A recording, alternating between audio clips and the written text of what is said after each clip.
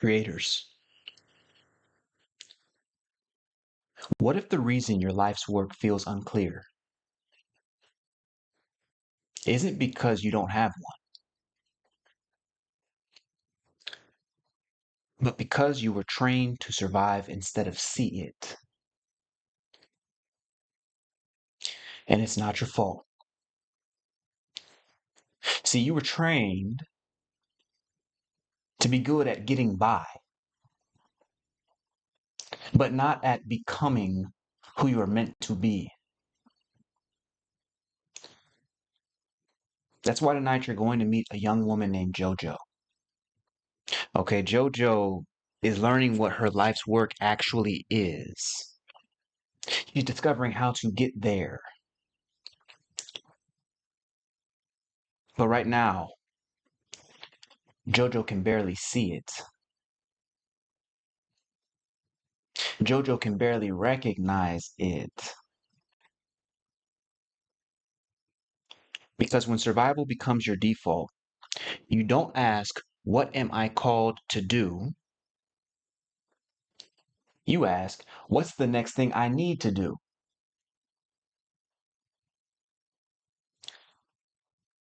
That's why purpose doesn't feel real. It feels irresponsible. So tonight we're not giving JoJo a plan. We're helping her feel something deeper than a strategy. Something that doesn't come from thinking harder, but comes from seeing reality differently. Tonight, JoJo isn't here to find an answer. She's here as your mirror. Because if your life's work has been feeling unclear lately, and if you have no real way to guide yourself back, no inner compass to guide yourself back to the truth of you, then the only question worth asking tonight is, what does purpose feel like inside of the body? Keep it locked. For if you can feel purpose as a force within you, then you'll never question whether or not you are operating within it.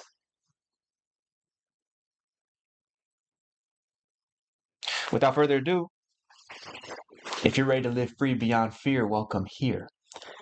I'm Dr. Shawn, and I believe you do not need years to heal. You just need one real breakthrough. That's why I invented Transcendent Psychology, and I tested in the real world, on real people, on my game show, Countdown to Breakthrough, the only game show that heals your soul. Right now, you're on the Breakthrough Live, where we break down the science of healing so that you get your own breakthrough live. On today's show, we're beginning our conversation with a young lady in the field named JoJo. After that, we are going to take this idea of purpose and we're going to bring it into our laboratory, our meditation laboratory, what I call the conscious transformation laboratory. And we're going to explore this question of what does purpose actually feel like in the body, and the reason is that we want to understand how to always feel like we are operating within our actual calling. Important for tonight, I'm defining purpose in two ways.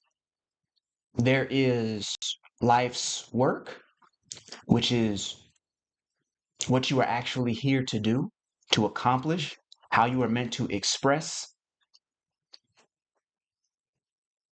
your unique talents, skill sets, and abilities in order to benefit others. And then there's also what we might call life's purpose, which is, simply put, it is being in accordance with the principles and the laws of nature. Some people like the term serving God. Some people like the term just being. Tonight's conversation, we're handling the second, or rather the first piece, which is life's work. When we speak to JoJo in the field, we're going to be talking to her about life's work. And so without further ado, let's go ahead and meet JoJo right now.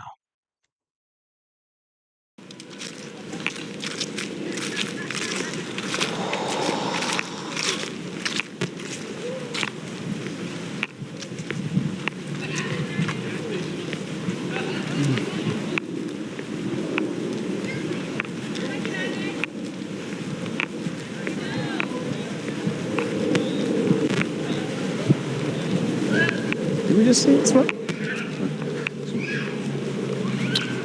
Excuse me, ma'am. Excuse me. Can I show you how beautiful your mind is?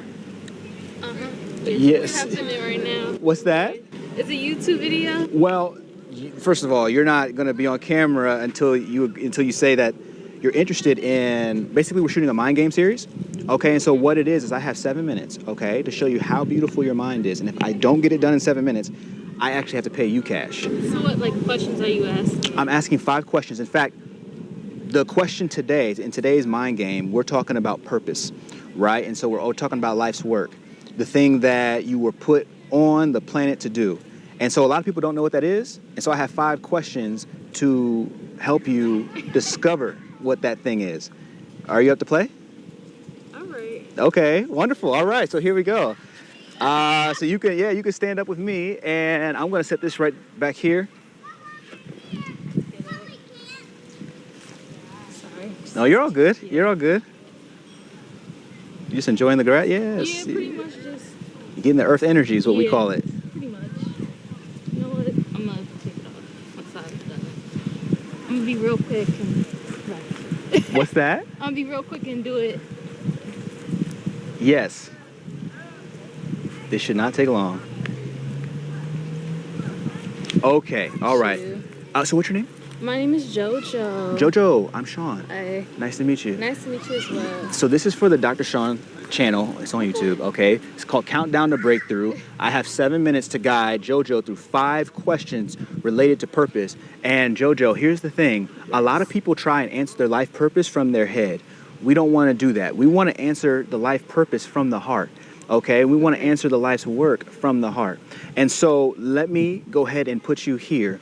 Right now, if you could just hold your hands out just like this in front of your chest. Mm-hmm. Excellent. I want you to imagine that you have a white ball circling inside in the space between your hands. Mm-hmm. Let me know when you get it. Yeah, I'm feeling it.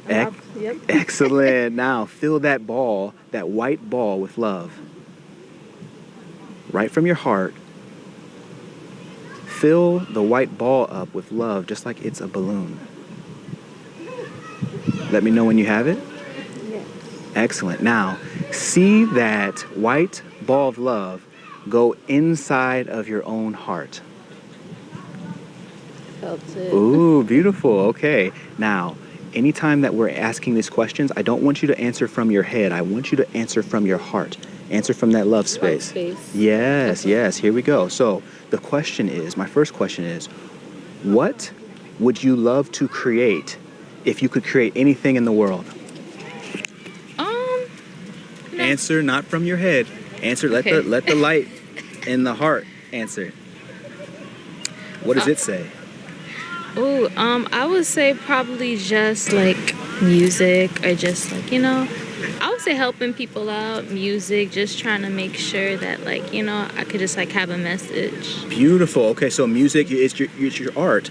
And so let me ask you this. We just discovered what you would love to do, which is music. Let me ask you this. Where would you love to do it? Honestly, anywhere, honestly. I don't have a problem with doing it. Where would you love to do it? Let the light answer. Okay. Studio, outside. Yes. Right here in Atlanta? Would you stay here in Atlanta? Yes. Excellent. Okay. Let's assume that you win is right now. I'll ask you, how would you love to do it? Just expressing myself probably, and just saying how I feel. Yes. Through R&B? Is it R&B or is it electronic? What is it? R&B. Ooh. But I wouldn't have a problem with trying to explore other, So R&B with fusion elements. Yeah. Okay. And then my 5th question is, why would you love to do it?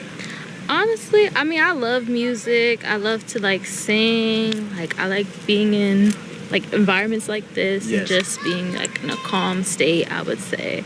Yes. Yes. So you love the way it makes you feel. Yes. Okay. And do you love the way it makes other people feel? Yes. Ooh, when did you notice?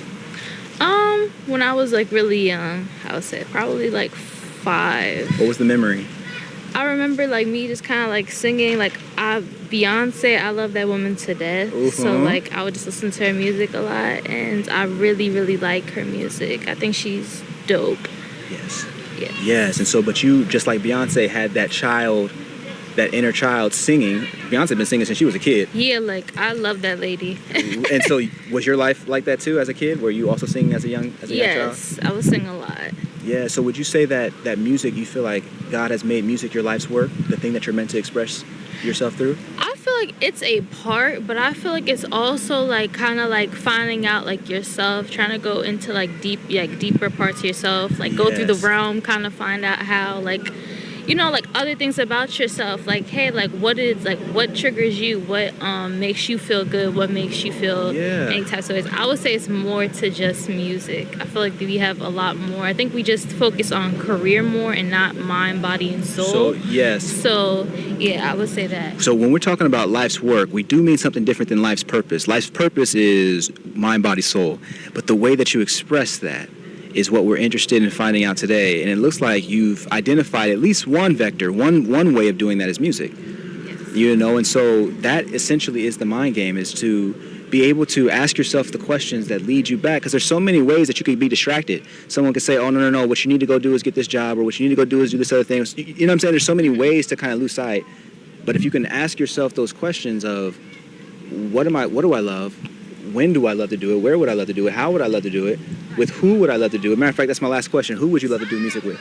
Honestly, I don't have a problem with anybody. I'm very open-minded to like whoever kind of comes, as long as you're not like problematic. You're not like R. Kelly yes, or like yes, but who would you love? Answering from that heart space. I'm trying to think.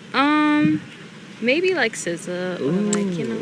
Interesting. Honestly, anybody who just kind of comes to me and it's like, hey, like, you know, you want to make or produce, and I feel like we could just kind of do that together. Yes. No problem. Excellent. So that's the end of my mind game. So it looks like, would you say that you ever lose track of the music, how important it is to you? Yeah, honestly, I have my moments where it's like, okay, like, you know, let me focus on this, but I have moments where it's like, okay, you also need to make sure to try to do that, what you need to do. So it's like, it's 50-50 at my moments. Yeah.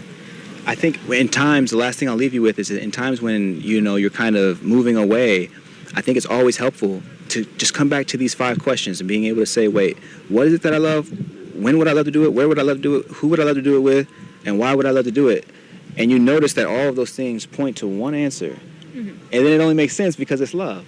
It only makes sense because that light right there is answering it. And so thank you so much just for playing. I really appreciate you. Mm-hmm. This is excellent. Was this helpful?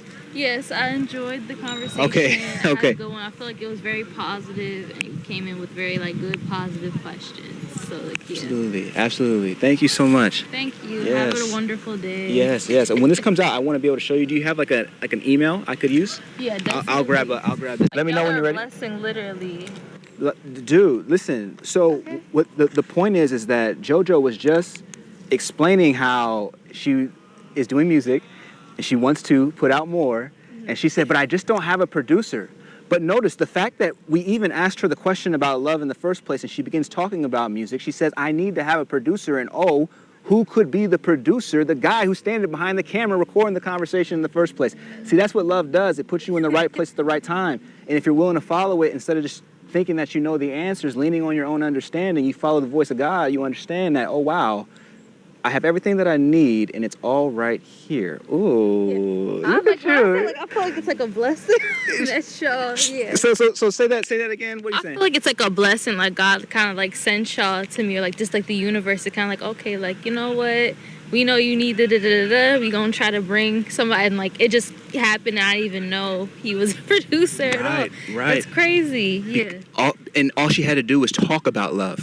All she had to do was just imagine that light and put it into her heart, and all of a sudden, all of the elements they fell right into place. It's so interesting. What I'm saying is that if you continue to do this and you live in this way, this type of what we call synchronicity doesn't stop. It keeps going, it keeps going, it keeps going, and until all of a sudden you're right where you're meant to be, right where you're supposed to be, where you're destined to be. And that's JoJo. Thank you so much. Thank you guys so So much. beautiful. All right. All right. Okay. Man, so many things running through my mind. But the number one thing is shout out to everybody in the room. Don't think I don't see you. Let's see this. Okay, so Javon, welcome in. Welcome in. The twins, welcome in. Welcome in. I'm seeing you say, okay. The way she is naming frequencies, mind, body, and soul is way cool. Most people don't experience this. They just live to earn a living, raise a kid, and die. Yeah, I mean, so that's what we're about to jump into. Twin is saying, "Good evening, all tonight. Tonight is someone's breakthrough, definitely." Dr. Shawn, thank you for your energy. Welcome in, welcome in. Felicity is saying, "Good evening, all." That's my lady. Welcome in. Okay, okay, okay. So, dude, as I'm sitting here, let me give you just a little bit of background because I know that what you saw on screen we go when we run up on people and each day was like a different theme, different exercise, that sort of thing. And so on this particular day we were trying to squeeze a whole bunch in because in the morning we had just did this like psychic experiment where people were picking us up or were picking me up, and you've seen that experiment before where we make it kind of difficult for people to be able to do that, and then of course it connects to something else. But that was like a whole it takes a lot of sort of mental energy in order to do that. And so this second part of the day, I never turned it into a Countdown to Breakthrough episode. So if you go and watch Countdown to Breakthrough, the first season, this entire segment, all of the people that I went and asked these questions to, they never made the season. Just because I didn't know if it was significant enough. I didn't know if it was like if we were really getting to where we needed to get to. But as I was looking back through the footage, I was like, oh, wait, there was that moment. There's a split moment before the time when I said, hey, listen, can I get your email?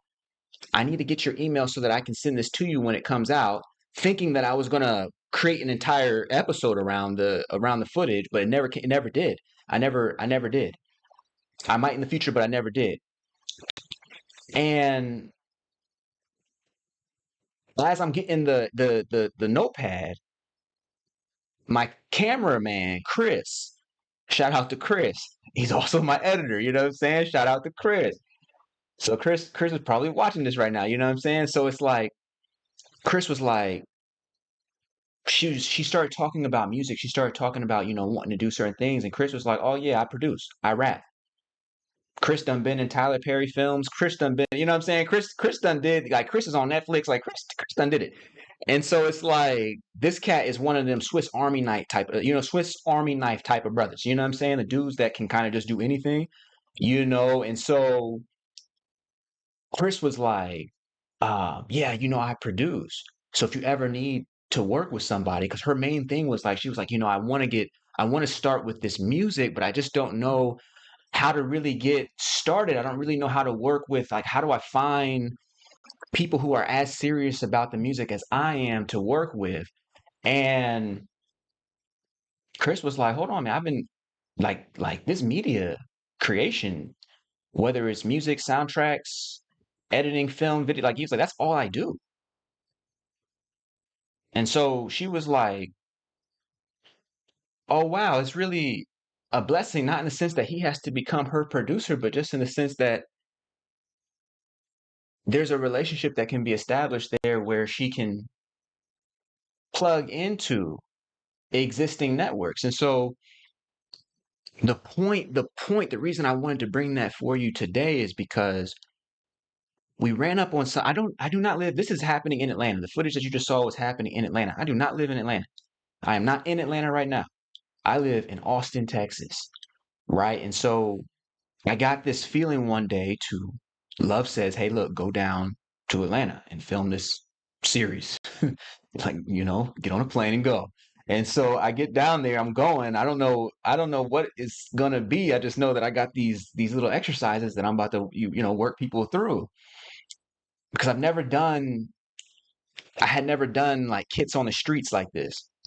KITS stands for Conscious Transformation Technologies. I had never brought these tools to people on the streets before, right? And so it was kind of like, as I'm sitting here speaking with this woman, we run up on a random person who's just sitting in the grass. And initially she was like, listen, I'm not even trying to be on camera. She's like, is this for a YouTube video? And I was like, yeah, but. And so eventually I start getting her to the point where she's like, okay, well, cool, let's go ahead and I'll answer your little 5 questions. But as we're asking these questions and we're tuning her into the light of love, she starts talking about what's important to her and where her own power, where her own agendas and ideas about how to arrive at her chosen destination and actually being able to get in a room with other creatives who are as serious about the work as she is, her own ideas had kind of left her in limbo. They failed her.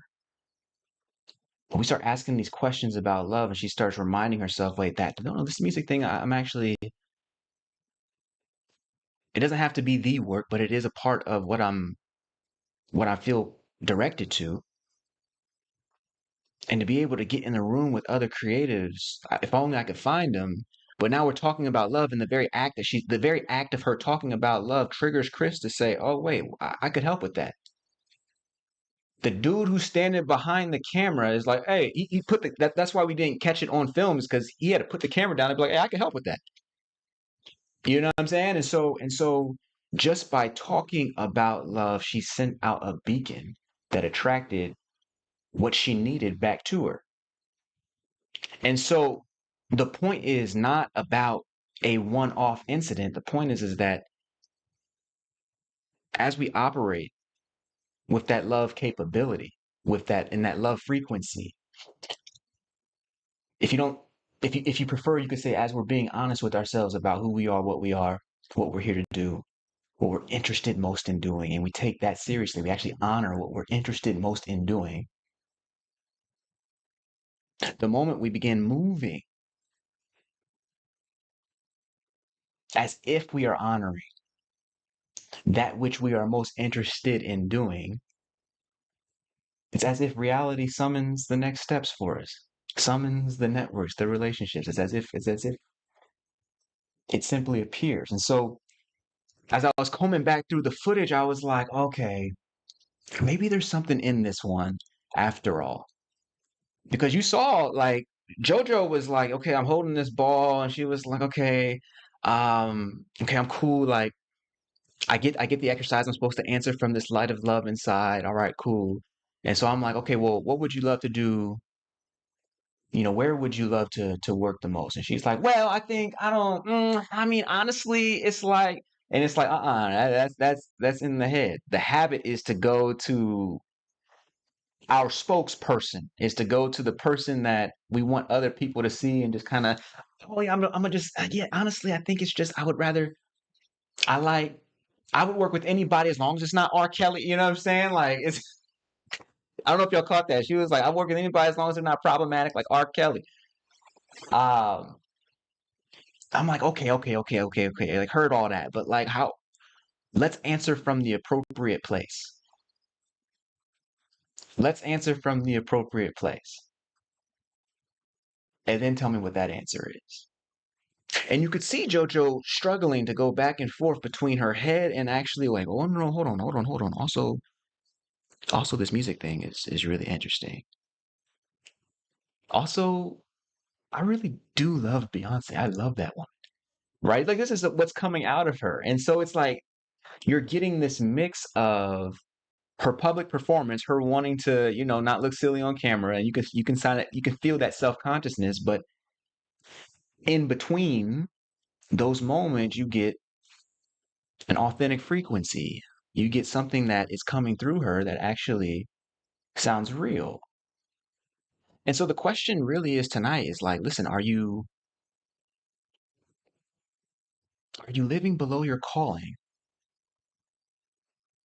JoJo is very young. It makes no difference to us whether or not music is her thing. The point is to be able to ask the questions that take you deeply into your own self, into the matrix of your own mind, so that you can say, okay, well, what actually is true for me now? What's true for me right now? That's why our question tonight, how can we feel purpose? What does purpose feel like inside of your body? We've got to get to a place where the feeling, the what we call frequency, the feeling itself is our compass. We don't have to worry about if we're veering off course, because we know that we're operating from everything that we're doing feels like it's deeply purposeful. We can only do that if we locate that central node of purpose within us. I need to understand what purpose feels like inside of the body, because I want to know how I can operate within it at all times. I'm not interested in wasting any more time. I'm interested in moving in such a way that purpose is ever present in my life. And when I say purpose, I'm talking about, yes, life's purpose, mind, body, soul, as JoJo put it, but I'm also talking about life's work, the way that purpose is expressed, the way that that unique signature, those unique abilities, those unique talents that I was born with, the way that those need to be expressed. And so what got me on this trip, I mean, this is kind of a deep one. I'm like, how far back do I go? How far back do I go? Javon's saying, earn a living, raise a kid, and die is wild. I feel you on that, Kamari. Exactly. Exactly. And they shouting out Javon, excellent. Yeah. He said, I seen the moment she gave herself, your twin saying, I saw the moment she gave herself real love, not mind love. And she got real with her answers. Yeah, she honored herself right in that moment. Right, though. Right. And that's really, I guess, what I'm talking about, though, is like, how do we make sure this conversation about purpose is really a conversation about making sure that we're honoring ourselves, but our truest self, our truest version of ourself. You dig what I'm saying? How do we make sure we're honoring that self? And so this conversation goes back deep for me. Like, I remember being in undergrad. I was at Bowling Green State University. Shout out to BG, SU. And like, I went to I was a creative writing major, you know what I'm saying? I had no idea about, jobs and all this stuff coming out. Like, I didn't, you know what I'm saying? I was just 18 years old and like to write poetry. So I was like, oh yeah, I'm about to go and be a creative writing major. Then I'll publish a book, set free. You know what I'm saying? I had like them guys. I don't even know. I don't even know. How do you make it to 18 and be thinking like that? I don't know. But I was serious about the writing part though. You know what I'm saying? I was serious about that. And so, but at one point, as I started nearing graduation, after the 4 years or whatever, I was like talking, I started getting interested in anthropology. I started getting interested in like peoples and cultures and this idea of like traveling and becoming a scholar, living the life of the mind, like, you know what I'm saying? Breaking down language, dissecting things. Oh man, it's fascinating. And I was in a cultural anthropology class. I forget the professor's name. But at one point, I was like, listen, I went to met her in office hours, and I was thinking that I was telling her how, I didn't want to just be a worker bee, right? I didn't just want to be somebody who was, that was my language specifically. I said, I don't want to just be a worker bee.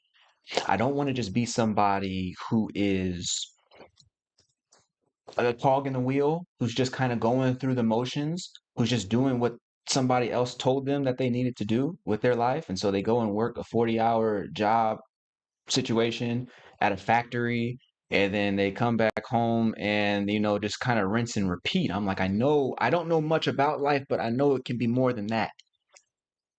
Right? I was probably 20, 21. I was like, I don't know much about life, but I know it can be more than that at least. And the professor was like, this is a to give you a sense, it was a middle age, just a little bit beyond middle age, European woman, you know, like almost like platinum blonde hair. I don't know what she had going on, but it was like, she's sitting across from me and she just kind of sitting back in her chair. She just kind of sitting back in her chair, right? And she just looking at me, right? And so I'm like, I'm sitting here pouring my heart out. I'm like, I don't want to be a worker bee. I want to be able to do what I love and follow passion. Oh my gosh, I want to be able to write, inspire the next generation. You know what I'm saying? I was like talking all this. And she was like, hey, listen, hey, being a worker bee is the way of the world. Get used to it. I said, damn. You know what I'm saying? And this was somebody who was older than me. This was somebody who had already had, she had a PhD in the field that I was interested in. Actually, I think she was a sociology. I think she was a sociology professor who happened to be teaching a course in cultural anthropology. Anyway, she was an academic. She was already doing the thing, or so I thought. And what had happened was, once she said that, she said, being a worker bee is the way of the world. Get with the program. Years later, I had to think, would she have told every student that? I don't know.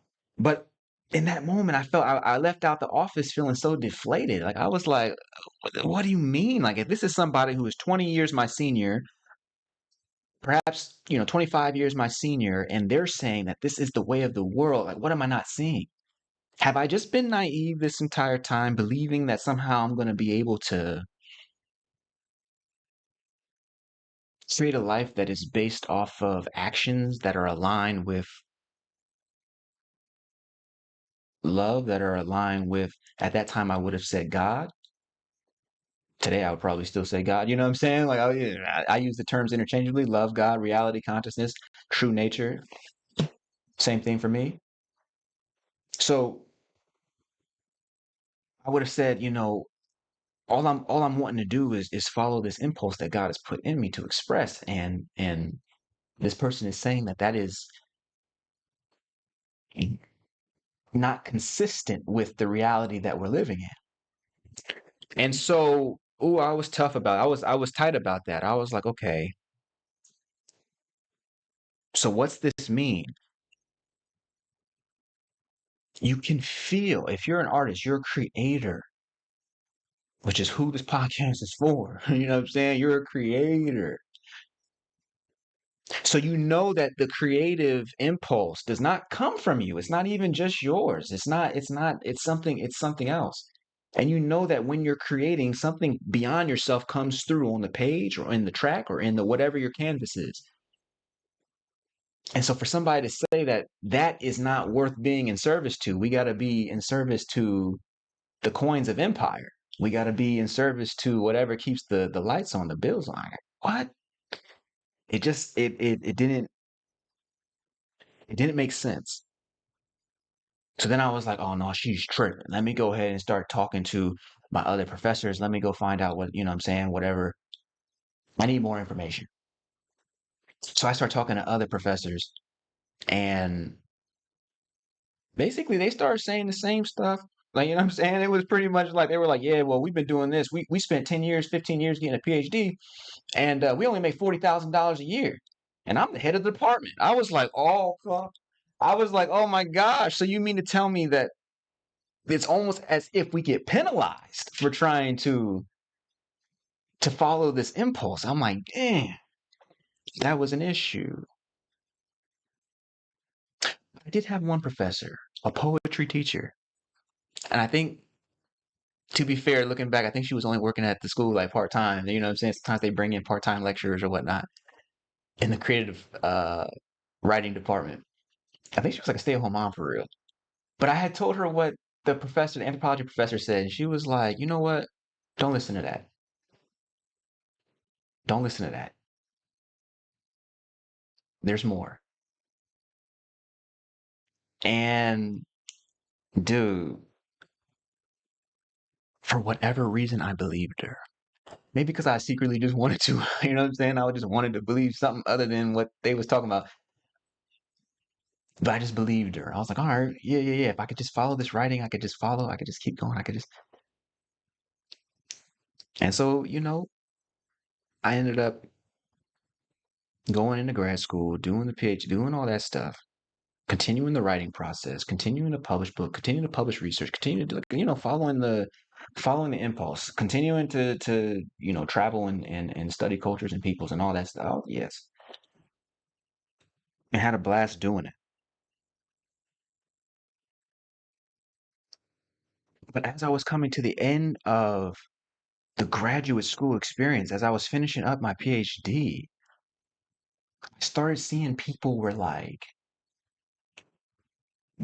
abandon the courageous intellectual argument in order to make sure that their CV was built up so that they could go get a job. People would abandon people like so in other words, you're looking at data and you're coming to certain conclusions that you don't really want to have to deal with, that the academy is not going to be comfortable with. And so therefore you say, oh, you know what? Let's spin this information in such a way that I'm going to be acceptable by the university standards so that I can be hired and so that maybe later down the line, 15 years down the line, I can get tenured and then maybe I can be brave enough to say what I want to say. So here it was again, that cog in the wheel situation. Even in following a passion, doing the grad school, doing all this stuff, teaching the students, doing all the stuff that comes with it, which never felt like work to me. There eventually came a hard point where it was like, oh no, this is just like everything else too. These cats are trying to become worker bees. They're working hard to become a worker bee. They're willing to do whatever. They'll say they'll study the things that that they're comfortable with and that the university is comfortable with them saying and teaching, and then that'll become their research trajectory, and then people will pat themselves on the back for that. I was like, I had one of my professors came through. He came to me and he was like, "Listen, I think that it's a form of resistance to write how we write, to critique society in the way that we critique it." And I'm looking at him sideways, and I'm like, "Champ, what are you even saying, dude? Like, it is not resistance. You are not being brave or courageous when you are publishing papers in journals that have paywalls that the average person does not get to see, and when there is no risk." There's no risk. Nobody's coming after you because you said because you had a problem with how Coca-Cola marketed to urban youth. Like, you know what I'm saying? Like that's just not how it works. I didn't see anyone being courageous. It was as if people would follow the creative impulse. They would follow that love impulse, but only to a point, only to the place where it started jeopardizing their livelihood.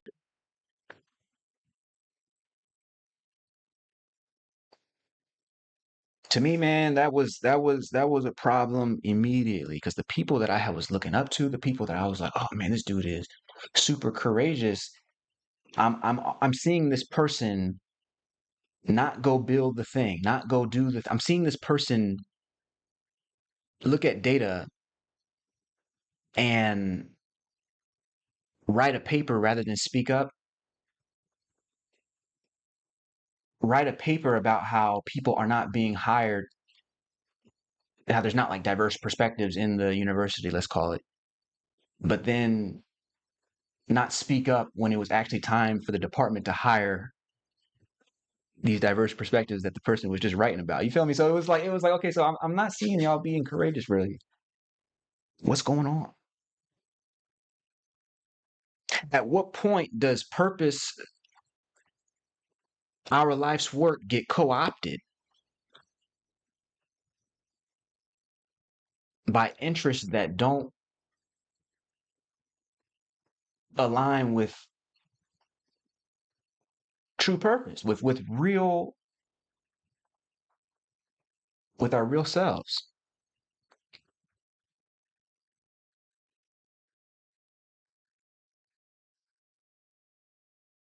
You have life's work. If you're brave enough and focused enough and you can honor that enough, and it brings you to a point where eventually you start saying you have a choice, that you're going to follow your life's work and do it and express it, understanding that it's literally what you're here to do, or you can live comfortably. And yes, there's plenty of room for those two to merge, but to pretend that they're always going to be that it's always going to be comfortably aligned, I think is disingenuous. And so it's kind of like when life is pressing against and making you feel like you have to make these choices for survival, for fitting in, and you feel like you have to abandon that divine principle within. What we want to do tonight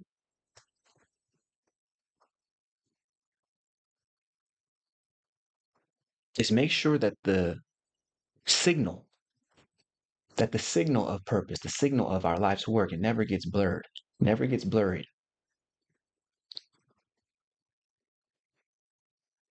Because what I found was that for these people, it's not that they were bad people, it's just that it's easy to co-opt the signal. It's easy to feel like you're doing what you're supposed to be doing, even when instead of following purpose, you're now slowly tiptoeing into just following fear.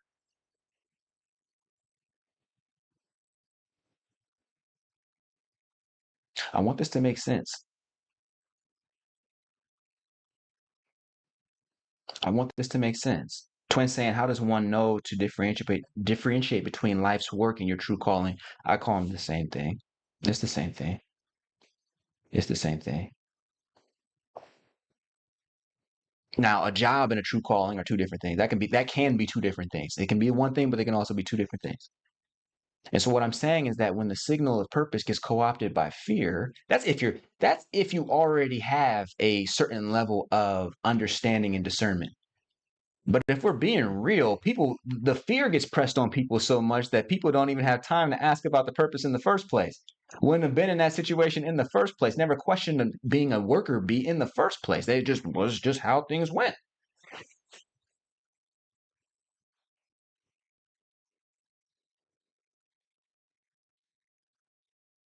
And so years later, I made a decision to never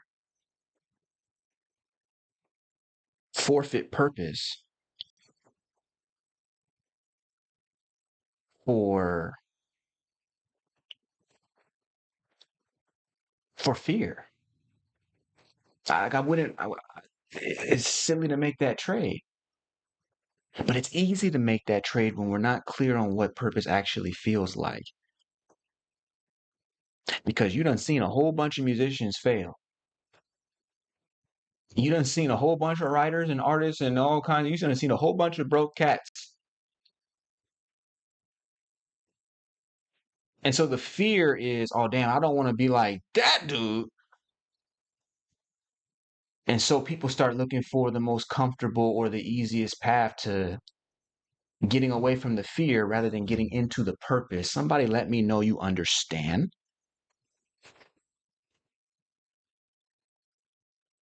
Somebody let me know you understand what I'm talking about tonight. Just put I understand in the chat.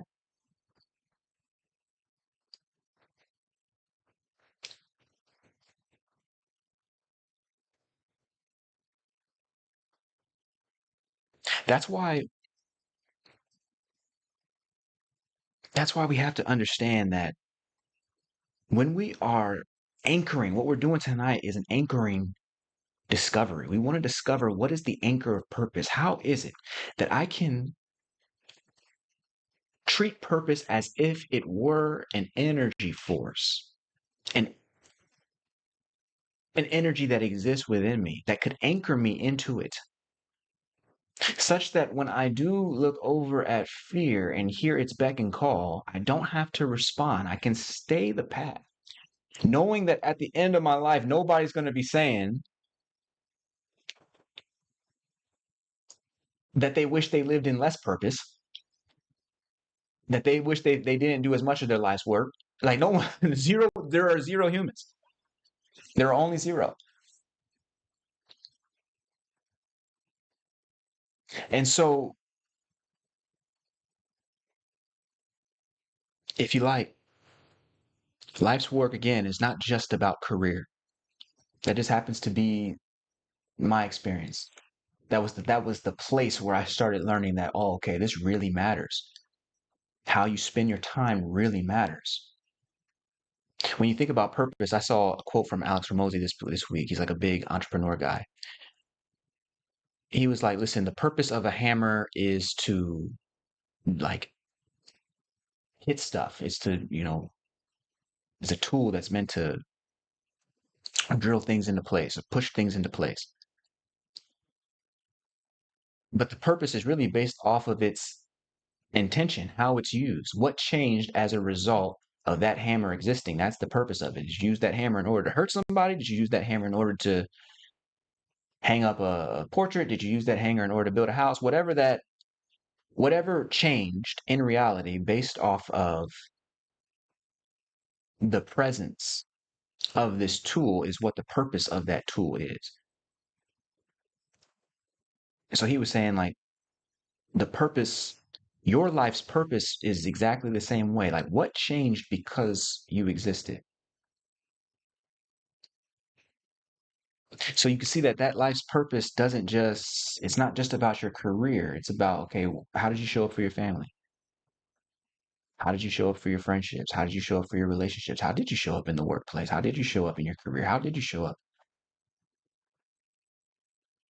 as an example to your community? How did you show up? What changed? What behaviors changed as a result of your presence? And the beautiful part is, this is the part that comes from the communication research, is that you can't not influence. You are going to have an influence on the people in your environment. The only question is, what kind? And that influence, accounted for every single day of your life, becomes the sum total of purpose. What changed as a result of you being in the environment? As a result of your frequency, what changed?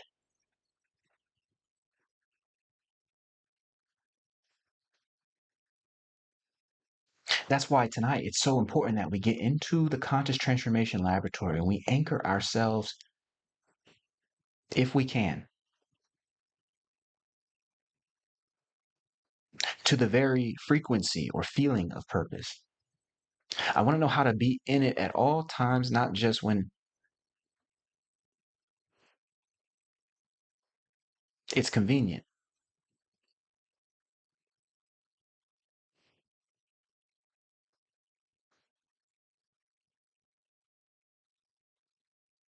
Javon saying, I understand that we have a built in purpose. Felicity saying, I understand.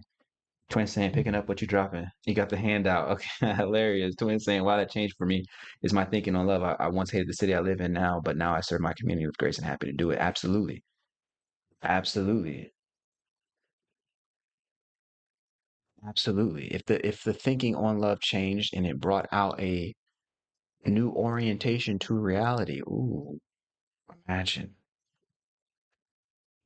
Your purpose can be unstated. It's not important that there's a anyone's keeping score. Yeah, it does not matter. The effect of that purpose will be felt. The effect of you will be felt.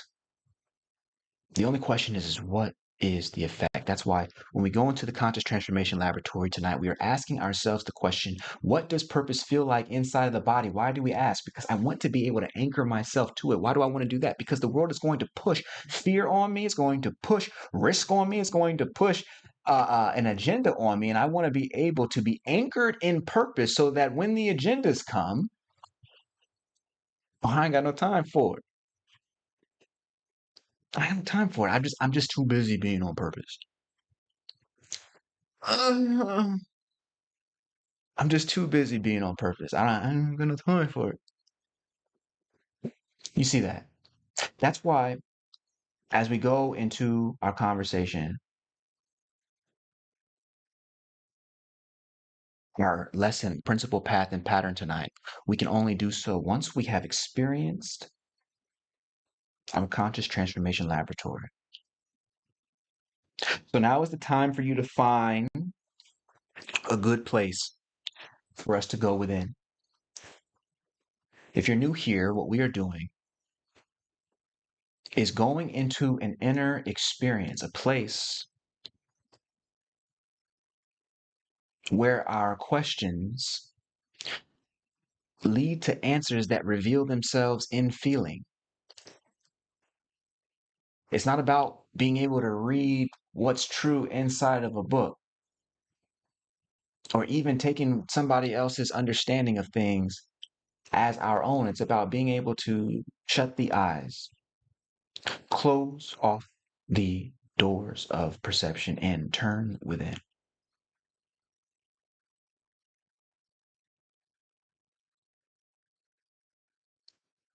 At this time,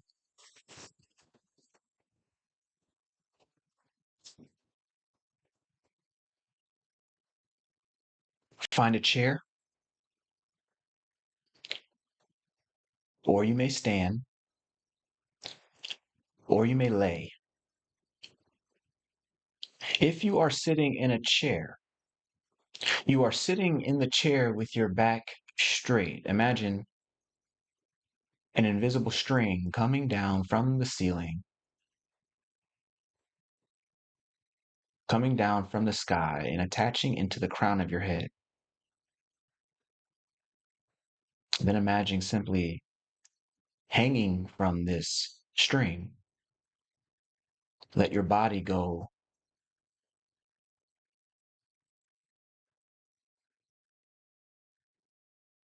Let the tension go. And simply allow your body to be held up by this invisible string coming from the sky and attaching to the crown of your head.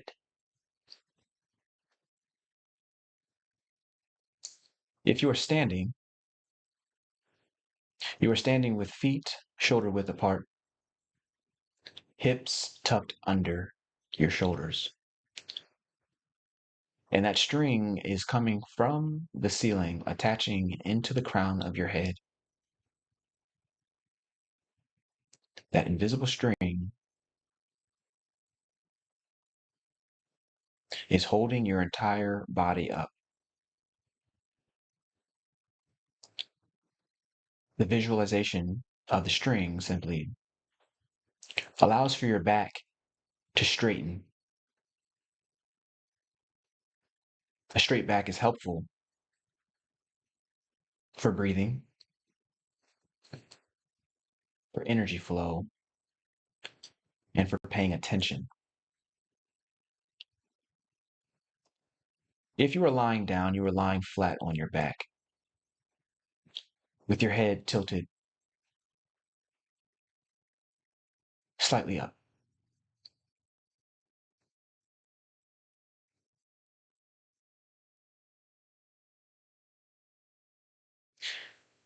It's time now to enter into the conscious transformation laboratory. Take one deep inhale in with me. Inhale.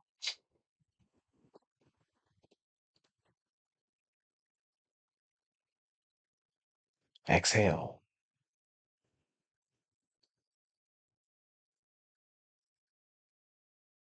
Inhale one more time. Inhale.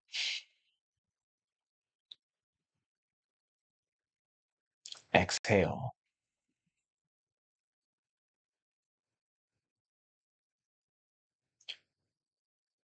You may close your eyes.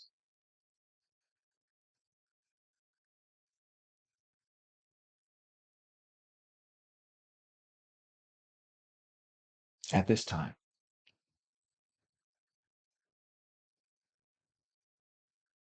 hold your hands as if holding an invisible ball out in front of your chest.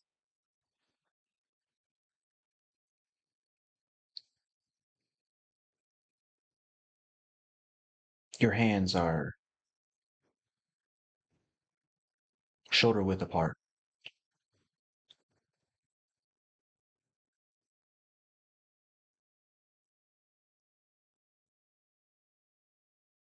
If someone were to hand you a basketball right now, the basketball would comfortably fit in between your hands without falling.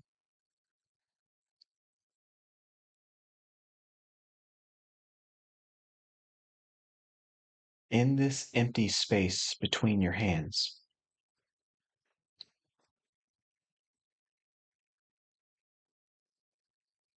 imagine a white ball of light.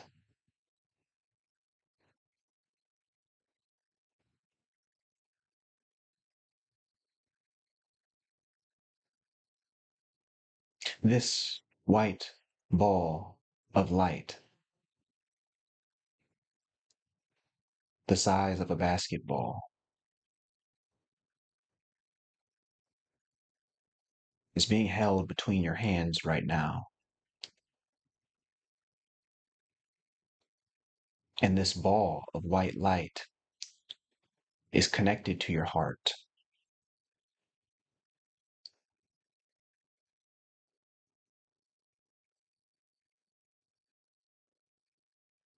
At this time,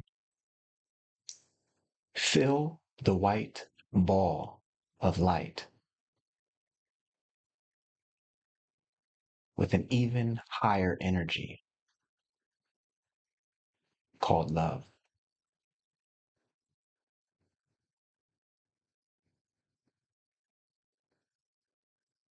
See love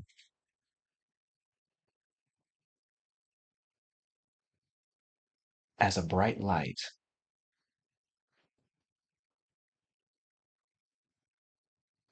powerfully shooting and filling up the space in between your hands.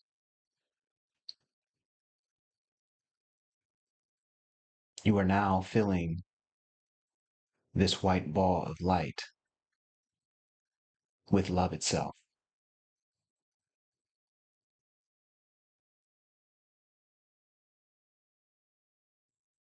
Ah, feel the warmth of love radiating on your palms.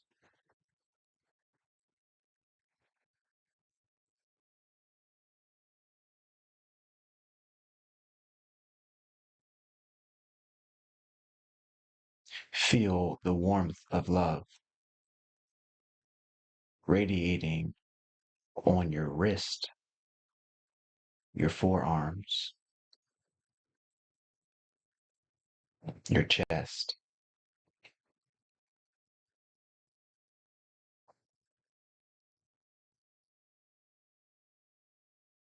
This powerful white ball of light that is now filled with love itself is rotating in between your hands. Now,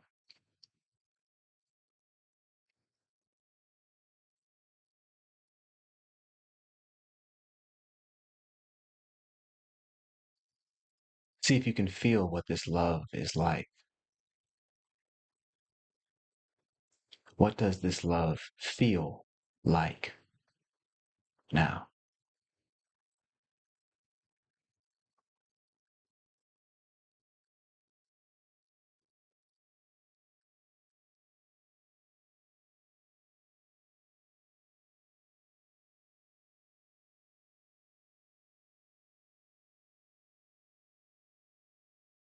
This love knows exactly what it wants to do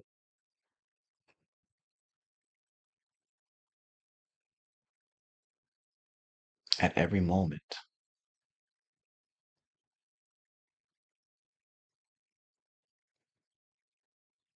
This love knows exactly how it wants to be at every moment.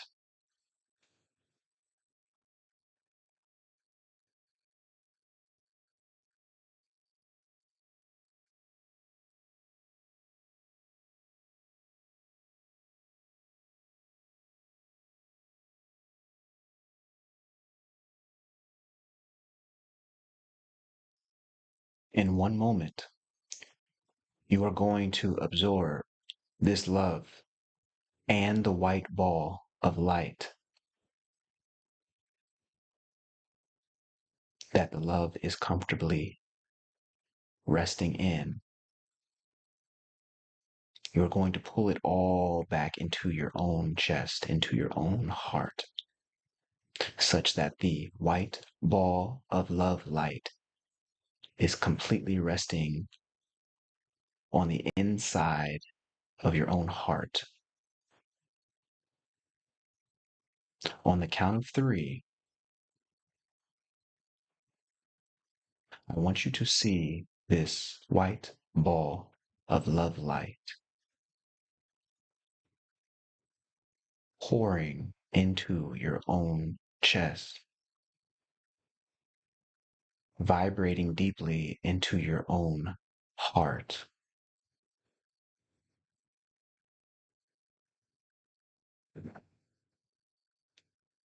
This white ball of love light will leave the space between your hands and re-enter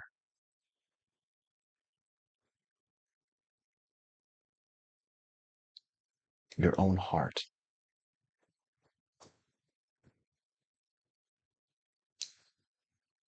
1, 2, 3.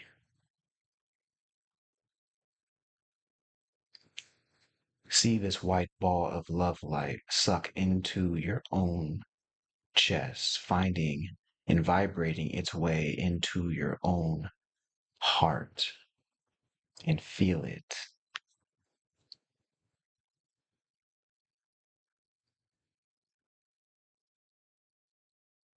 What does this love feel like as it ripples and vibrates inside of your own heart, pouring its vibrations through your body, rippling its vibrations into the top of your head, rippling its vibrations into the soles of your feet, down through your legs, into the soles of your feet. Witness this love's vibration pouring down your arms and into your fingertips. And yet this love remains centered in your heart.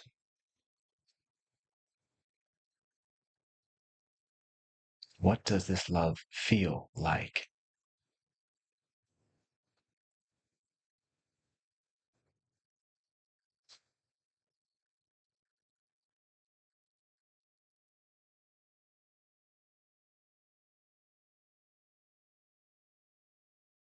Because this love already understands what it wants to do, and how it wishes to be in this moment.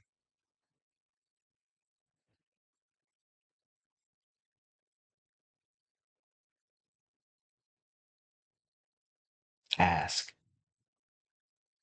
this love, this question.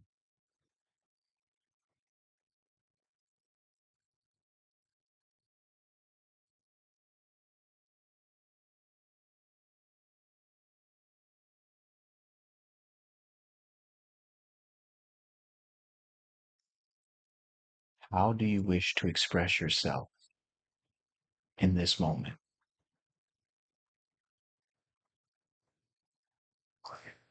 You are asking love the question as it radiates its power throughout your body.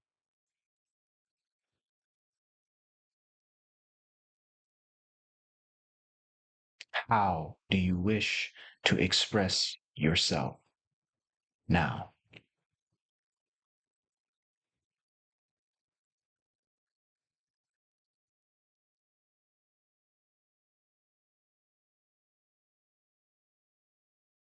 Allow love to provide the answer.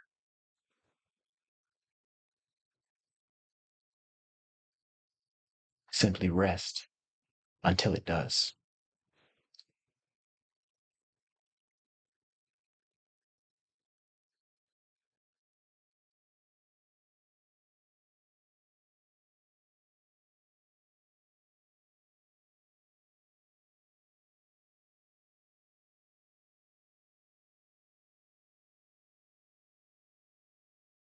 Feel this love rippling its vibrations throughout your entire body.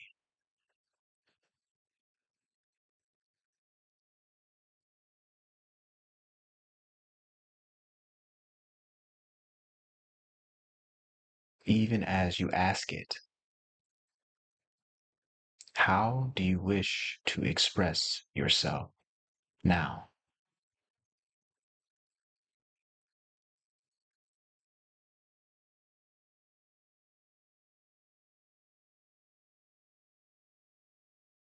The answer to that question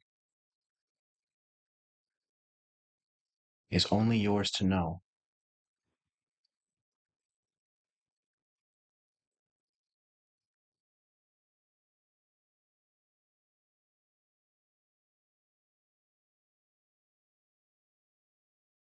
But in that moment, the moment of knowing how love wishes to express itself,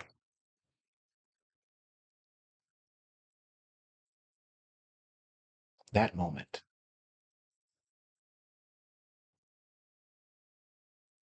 is the moment of purpose.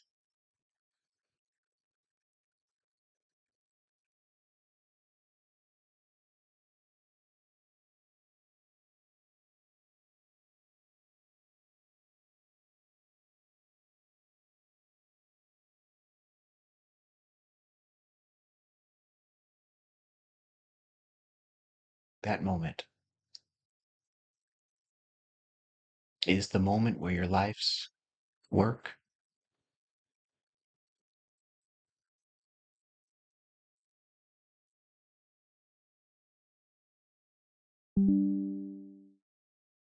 and your powerful destiny align.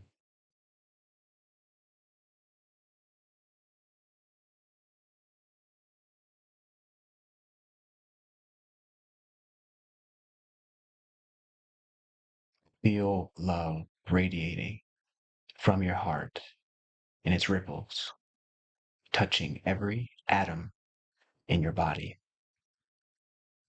from your head to your toe.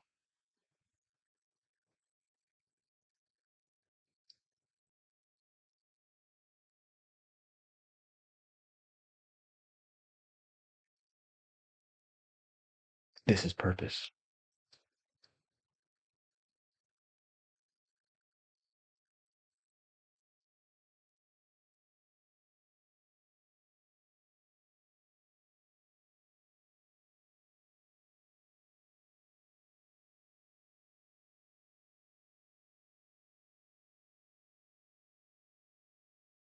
rest here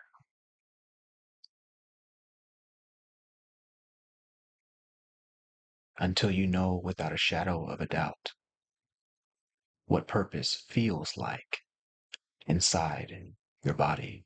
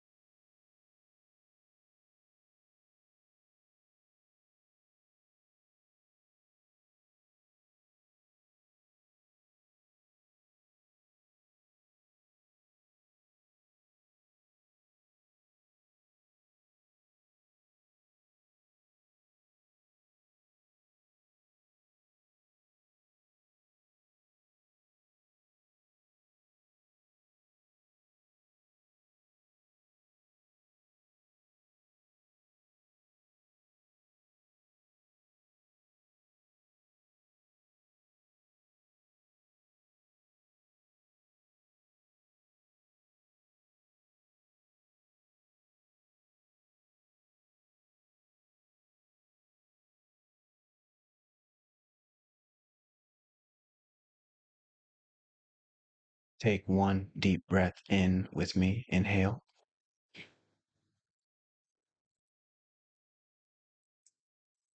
Exhale.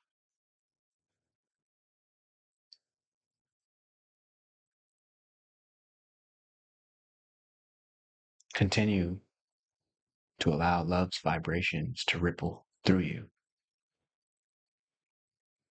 Stay connected with this energy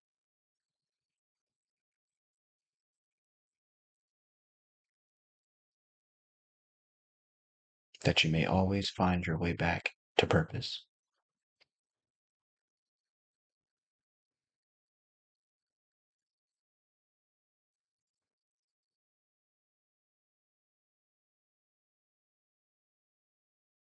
Take one more breath in. Inhale.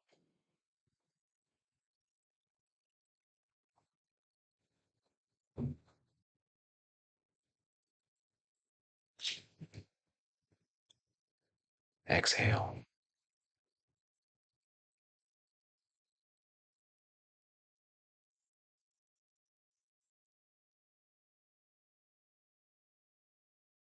And at this time,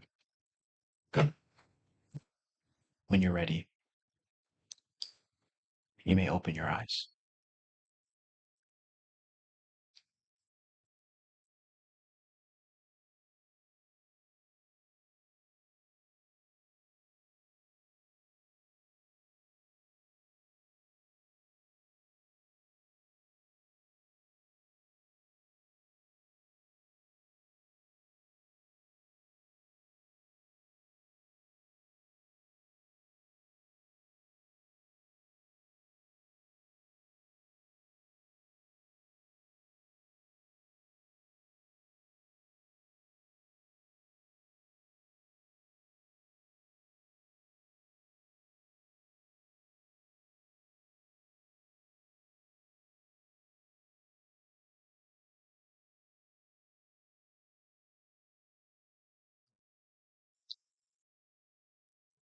Folks, as per usual, I'm interested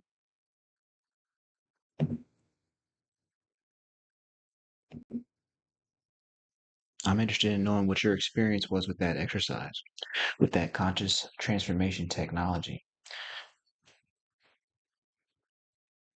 For me,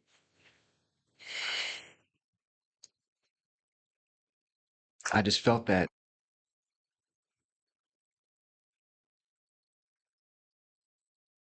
I just felt that energy. I just felt that love frequency vibrating from the heart to the top of the head and the bottom of my toes.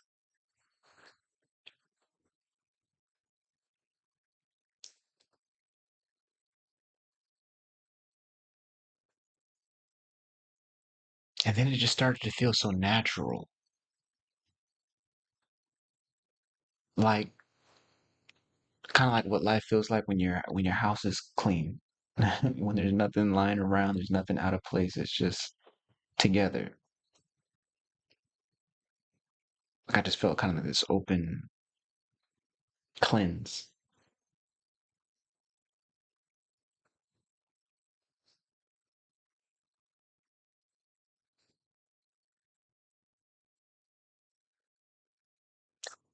which made me think that it's like this love thing. It knows exactly how it wants to be, and so staying in purpose is not. So it's not a chore. It's what's natural. The distraction is what is the only thing that can temporarily cloud this frequency.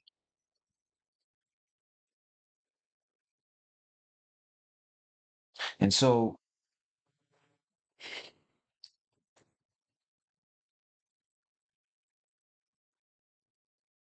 it's time now for our principle, our pattern, and our path. We need to go to the breakthrough board. Let me pull that out. I got the breakthrough board. And as we normally do, we want to be able to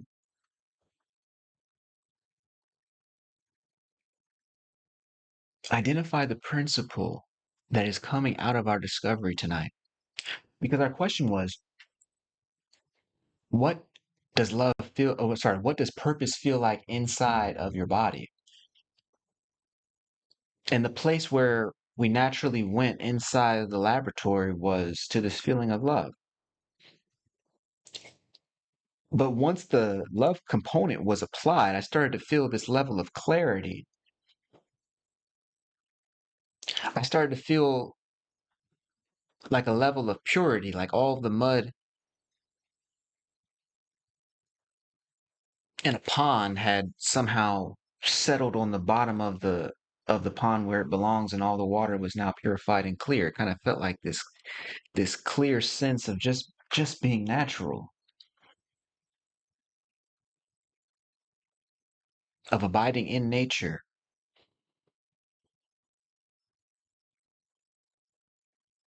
In other words, I felt like myself, only undistracted. And so tonight we want to be able to pull a principle out of that experiment and that experience. I like to teach from principle because if I can understand the principle behind a phenomenon, then I can architect my own path forward even if I don't know much else. When I understand principles, I can reason from principles. And so I like to start with principles, but in order to do it, in order to find the principle that is looking to express itself tonight, I must go within. And also, I've got to make sense of what I just experienced in the lab.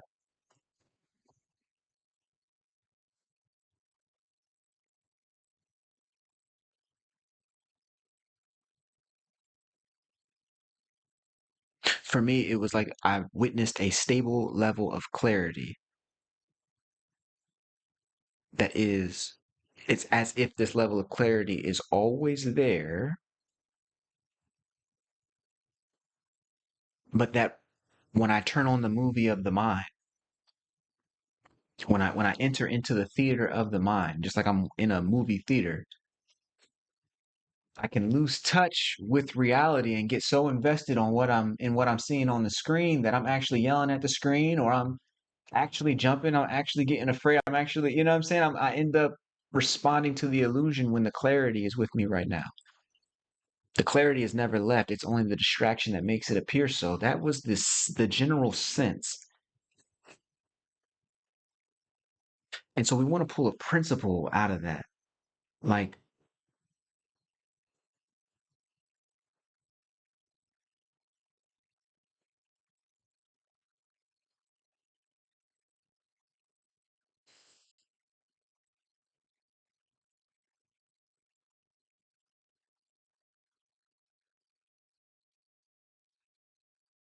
when it comes to our question, what does purpose feel like inside of your body?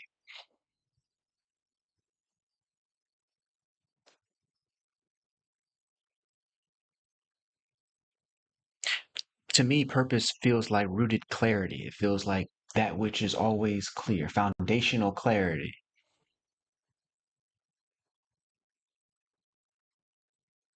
But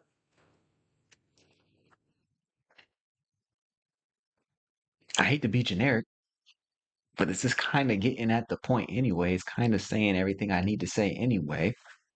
So I'm just going to put it like this, you know, why complicate it? Why complicate it?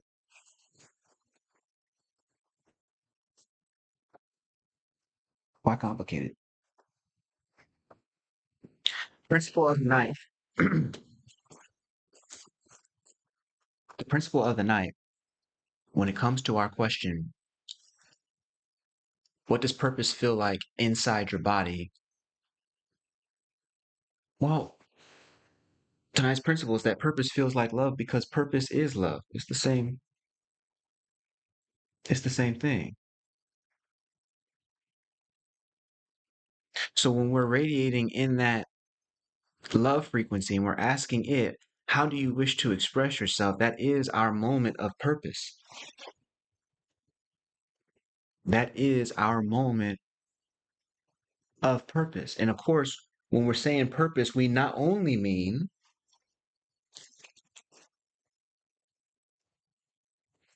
I'll put the L here, our alignment with God, or you might even say our alignment with true reality, or you might even say our alignment with original nature,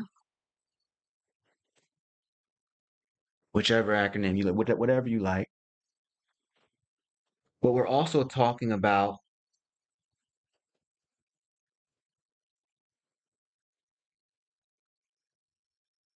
our life's work. That in the moment that we are emanating, incubating, and responding to that vibrational frequency of love, we have no choice but to let go of the behaviors that were not in alignment with that frequency, with that vibration, with that feeling, with that orientation.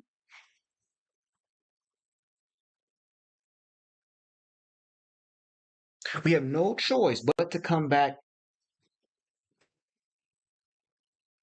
to this feeling of purpose. I started feeling that feeling of purpose. I started feeling it as love, and it was as if this love always knew exactly what it wanted to do. And remember, when we talk about love, we're talking about the totality of reality. Love means the end of separation. Love means oneness. When we say I love you, we're saying I feel one with you. So what we're talking about is original nature. We're talking about oneness itself.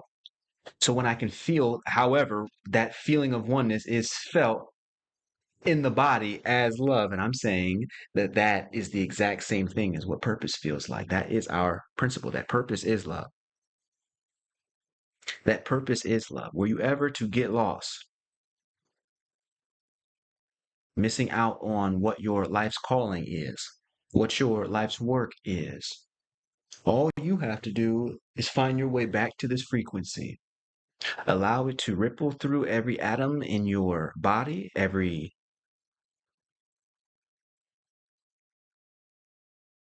cell in your organism. Allow it to ripple through, and what you find is that it produces a clear foundation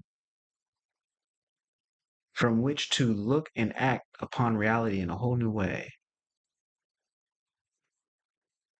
but in a way that is original to you. And so we say purpose is love. That's the principle of the evening,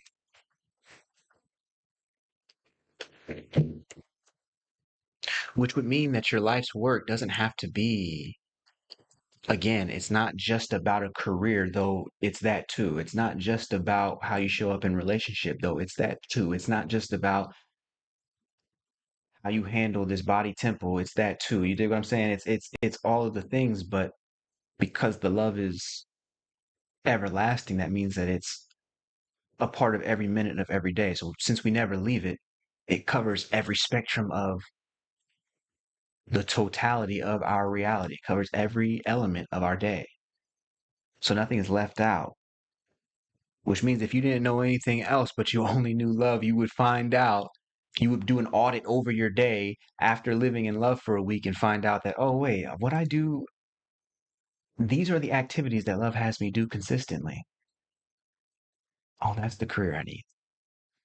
That's the work I would do even if no one paid me. For me, just to remember that principle, that purpose is love. We immediately answer the question, how, what does love, what does purpose feel like inside of your body? We immediately answer that when we say that purpose is love.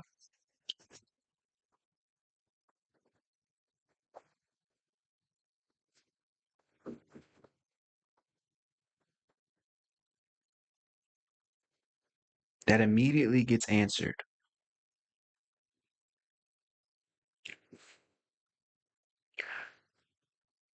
because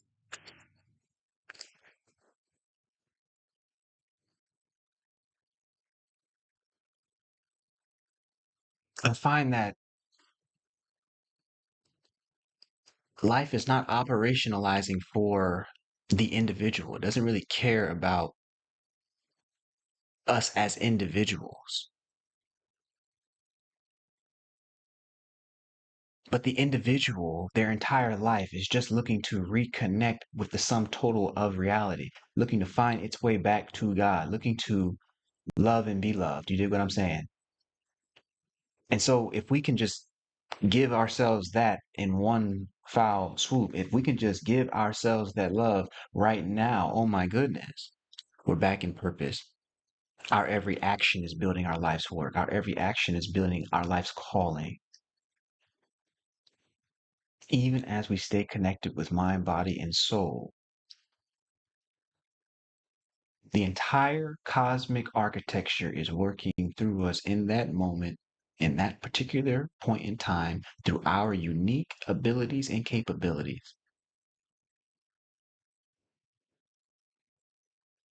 in a way that we love. You see, there's no manipulation in that. It's not come do this thing so that you can help other people. No one's gonna try and dangle a moral clause over your head and say, oh well, your life needs to be in service of a particular group of people or whatever the case is. Because when we are operating in love, everything that needs to get handled gets handled. The people get served anyway. Only they get served in a way that's in alignment with my own energy. They get served in a way that is in alignment with my highest capacities, my highest gifts. So they get more, and I do too. That's what we mean when we say that reality is not operationalizing for the individual, it's operationalizing for the whole, which is why love feels so good. And if you think about it, it's really the only thing you really want anyway. That's why we say that that purpose is love. If I'm doing that, then I'm doing everything else. Okay. And so the question then becomes, if our principle tonight is that purpose is love, excellent. What's the pattern? The pattern, of course, is the way that we get into trouble in the first place. What has to happen in order for us to miss the fact that purpose is love? Why is it that we still live on a planet where people are distracted, where there is so, if you ask people what their purpose is, maybe you can get an answer. If you ask people what their life's work is, people have spent fewer hours answering that question, being in the frequency enough to ask love, what do you want to do right now? People have spent so Few hours. Doing that, people spend way more hours watching television. People spend way more hours watching Netflix. Way more hours on YouTube. Way more hours. Way more hours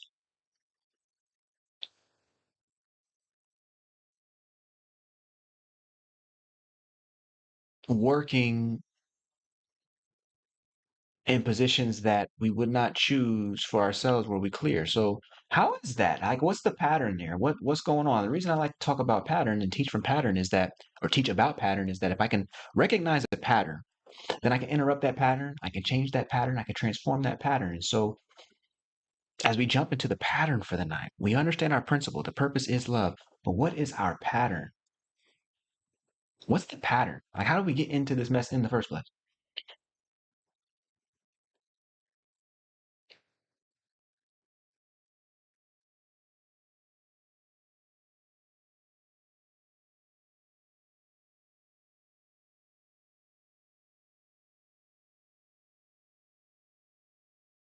Mm, okay. Okay. I'm gonna go. I'm gonna go really quickly. Here we go.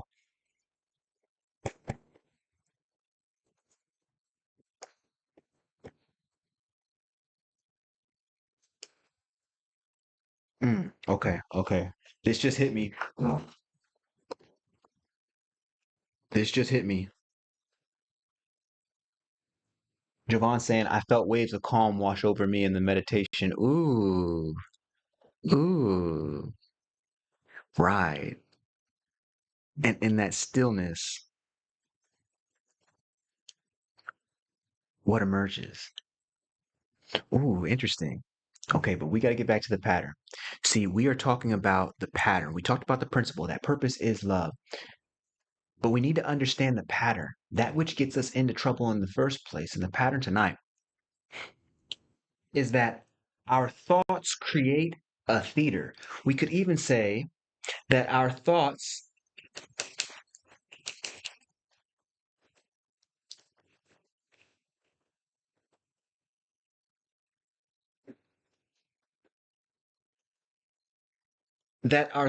create a distraction theater in the mind.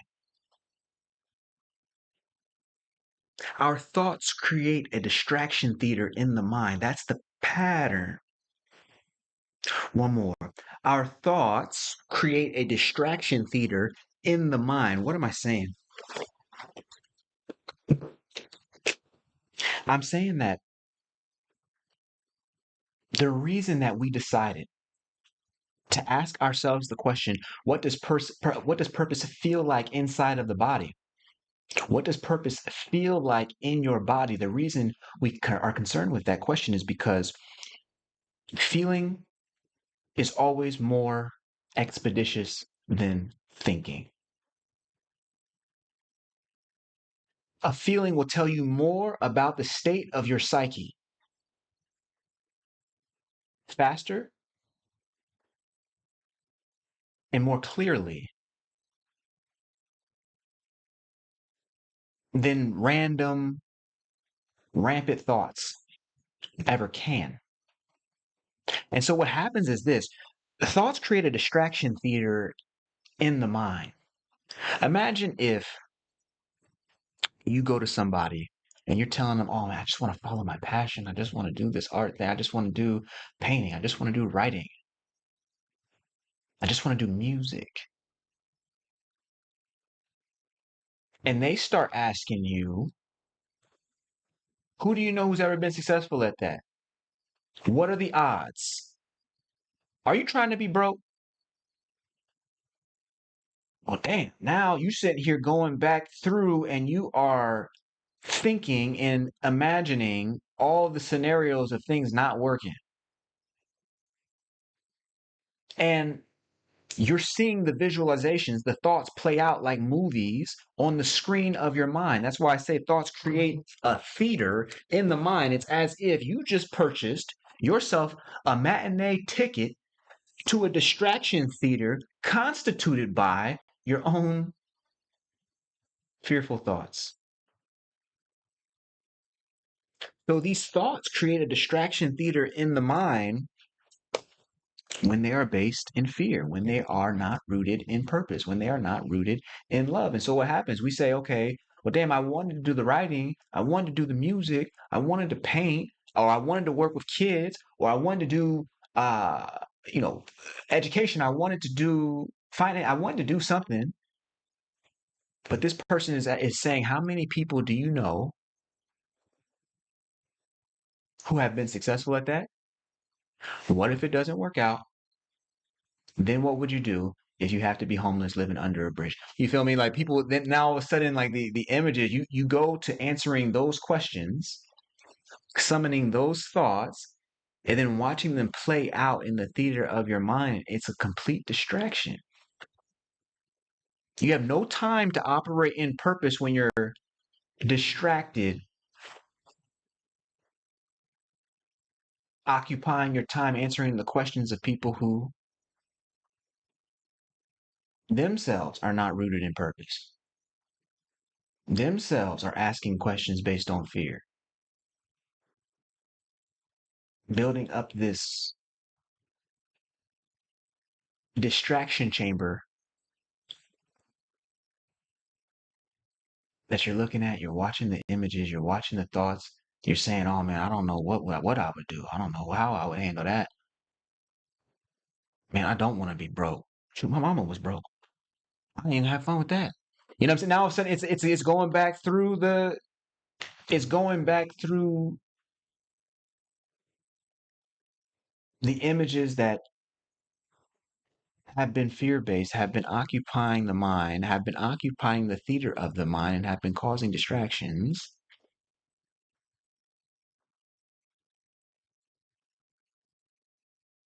Hard to get anchored in the pure feeling of purpose when you're too busy being distracted by fear based thoughts. The ones that conjure the images that you entertain inside of the distraction theater of the mind.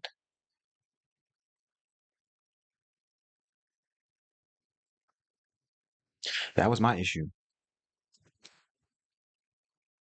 That was my issue as I'm looking back and dealing with, and I was dealing with the woman who was telling me that, hey, look, being a worker bee is just how it all goes. Being a cog in a wheel is just how it all goes.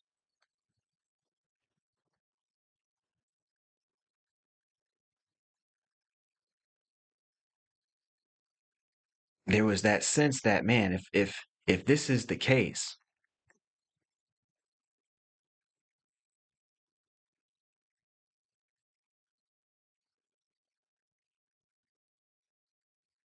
then perhaps the feeling of love, the feeling of purpose, perhaps that is the naive mistake, and perhaps these notions of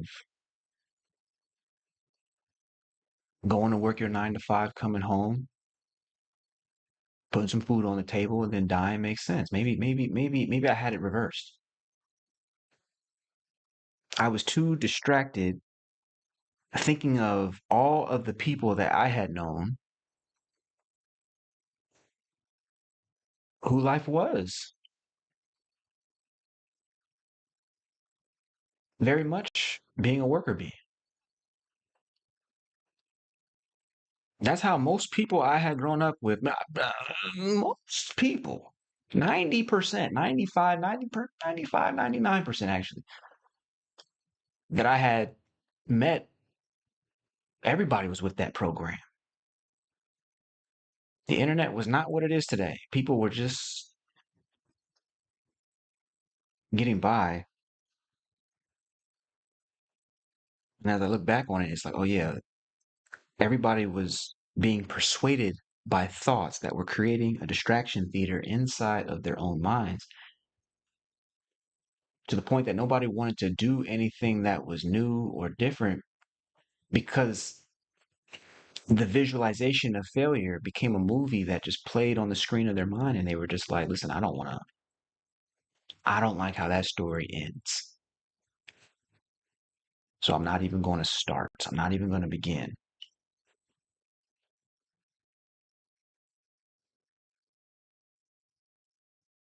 I succumbed to that at one point.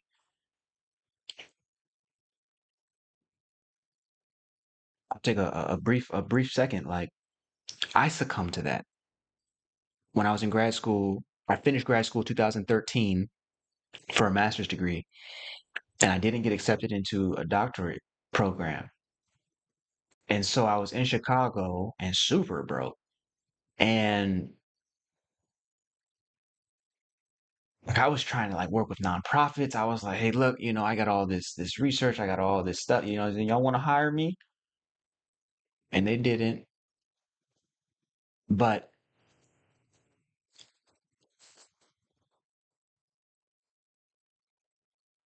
I started going to the library every day. I would go to Northwestern's uh, Chicago library, the one that's downtown, and I would sit up in there and try and learn SPSS, which was like a quantitative, modeling system at the time, because everybody was like, "Oh yeah, we need project managers, and they need to know how to do have this skill set." And so I was literally in there trying to teach myself this program that was completely unrelated to anything that I was interested in doing, talking about, being about.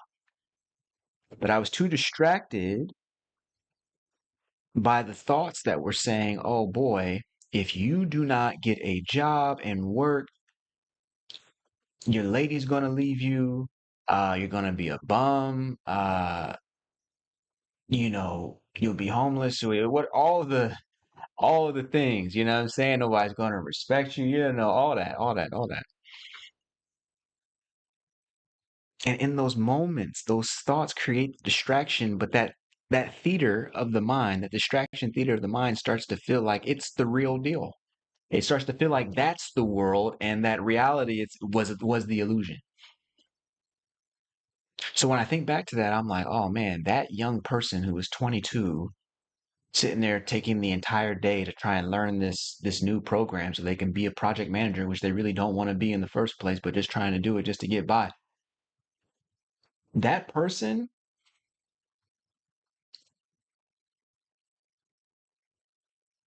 that person was missing purpose because they were too distracted to return to our principle of the evening, which is that the purpose is love. And were that person to be honest and to actually help them return back to this inner frequency, the frequency would then begin to say, hey, actually, what I'm most interested in doing today is this other thing. It's not in the sense that I disrespect something else. It's not in the sense that something becomes good and other things become bad. It's just in the sense that love knows exactly what it wants to be doing at this particular moment in time. And so when I make that choice, in the next moment, I make that choice again, and then again, and then again. And suddenly my day ends the way that it should have, with all the activities that we're loving to do and none of the activities that weren't.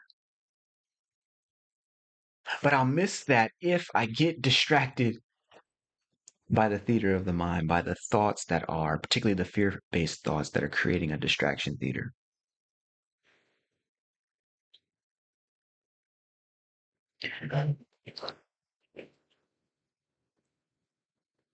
And so that's the pattern, that thoughts create a distraction theater in the mind. So now we want to understand what's the path forward.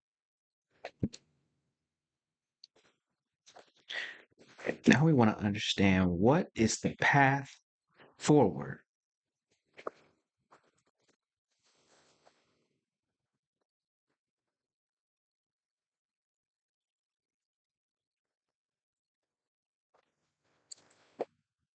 So we want to get to hold on, y'all hear that? Hey man, I think your man's is here early. Hold on for a minute. You don't believe you just come through knocking. It's early. We're not even at. He's supposed to come over a little later, but like, you know what I'm saying? It's Breakthrough Turtle. Breakthrough, you're a little early today. I was just in the middle of doing the principle, the pattern, and the path. I mean, we just finished the pattern. I mean, do you have a real reason for, what I'm saying, kind of coming and interrupting the show? I mean, it's cool, but we got things to do. You know what I'm saying? Like, what's that? Okay, you're saying that you have something for us. What's that? Oh, you're saying that it could actually help with the path? Okay, Breakthrough Turtle.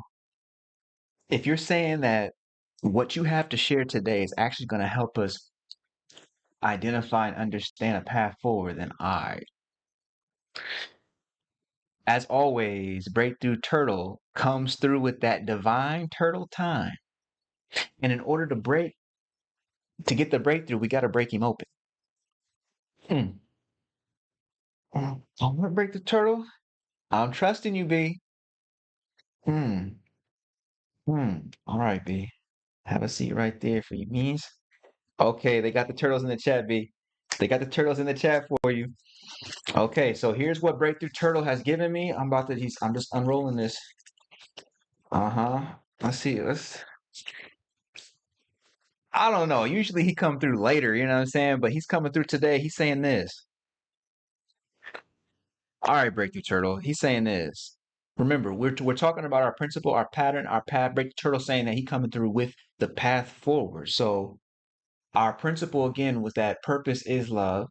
Our pattern was that thoughts, fear-based thoughts, create a distraction theater in the mind. But now Breakthrough Turtle is coming through with the path forward. He's saying there are people in the world who will love you, and people in the world who will hurt you, and there are people in the world who will do both. When it's over and it's gone, you almost wish that you could have all that bad stuff back so you can have the good.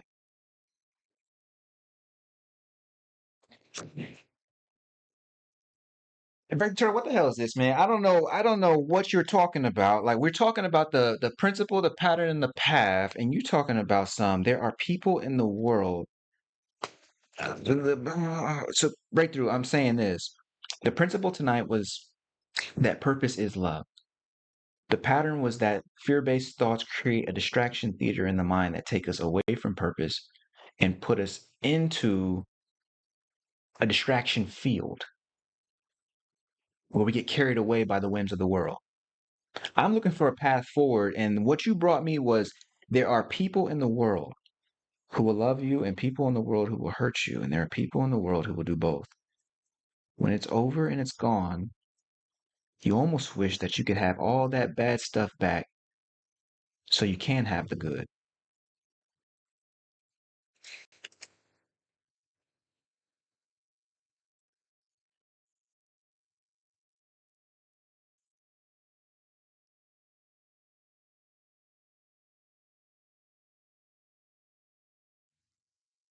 One more. There are people in the world who will love you and people in the world who will hurt you, and there are people in the world who will do both.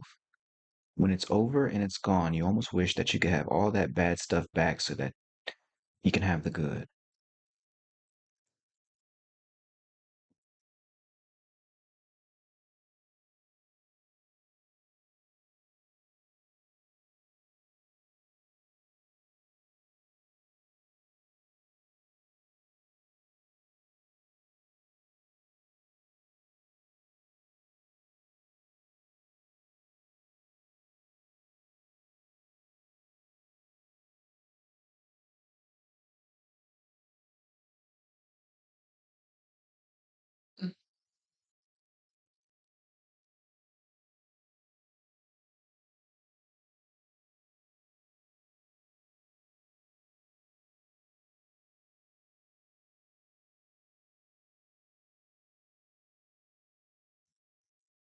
Okay, Breakthrough Turtle. I think I can. Let me see if I can work with this, B. Let me see if I can work with this.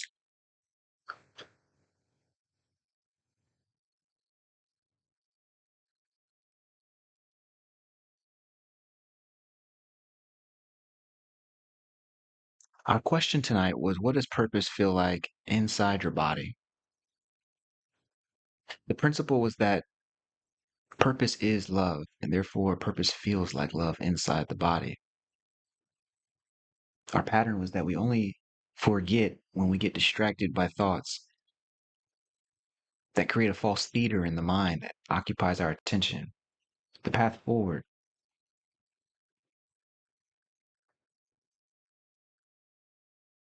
Mm, okay. Okay.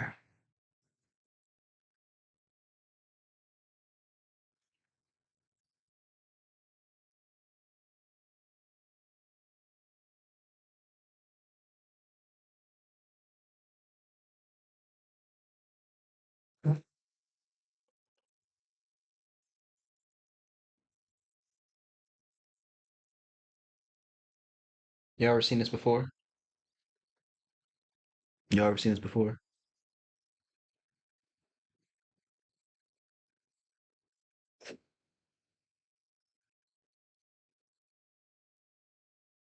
You may have seen this before. It is the yin and yang symbol. Based on Breakthrough Turtle's quote tonight, I'm seeing that.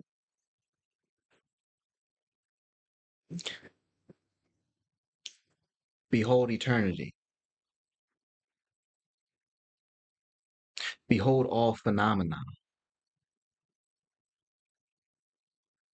This image that you're seeing right here represents the totality of phenomenal reality, the highest capacity that the human mind is capable of ascertaining at our current level of evolution. See, inside of this symbol, you see the circle, which represents no break in time and always continuous cycle. You could just call this eternity. But within eternity, that which never ends, has no beginning, has no ending, the circle is perfect. But within it, it's as if half of reality comes with a phenomenal reality, comes with what we might call the dark, and the other half comes with the light. But even within the dark, there is that purity.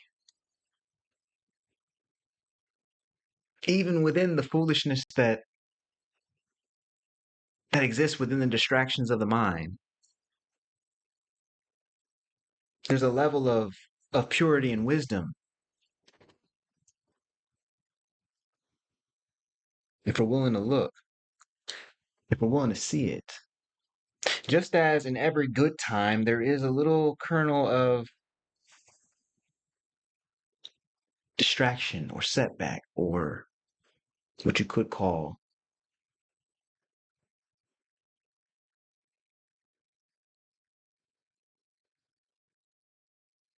the negative.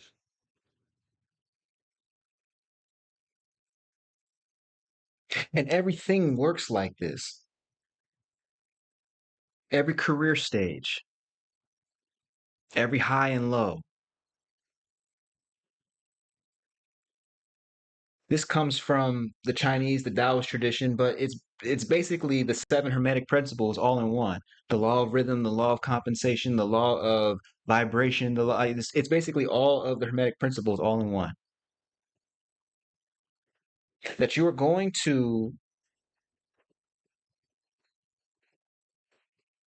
in the pursuit of purpose,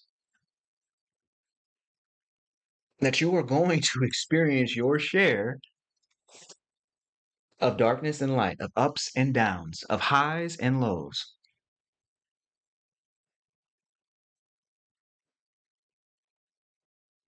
And that within every low, there is the seed to be catapulted into a new high. And that within every high, there is the seed for distraction. This is one of the reasons that the Taoists say whether you're going up the ladder or down the ladder, your position is shaky. Therefore, just stay rooted in reality. In other words, what's happening in here is lovely, but what we are interested in is the full totality of this reality. This thing is what we call love. When you are feeling love, you are transcending the duality, the dual nature of reality, and you're getting at the sum total. You're getting at eternity itself. So yeah, Rihanna's saying there are people in the world. Breakthrough Turtle and Rihanna's okay. Breakthrough Turtle and Rihanna are both saying there are people in the world who will love you. That's this side, or this side, whichever one you want to associate with the positive.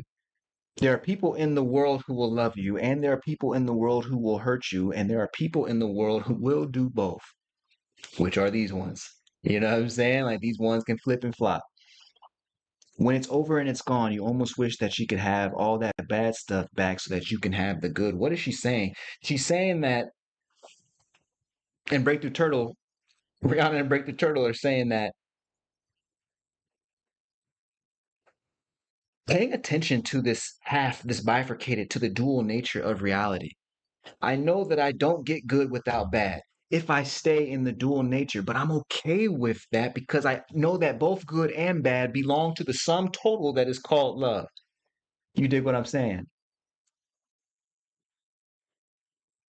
And so if it means, this is how powerful love is. If it means that I got to take all the negativity that my life can possibly muster and throw at me,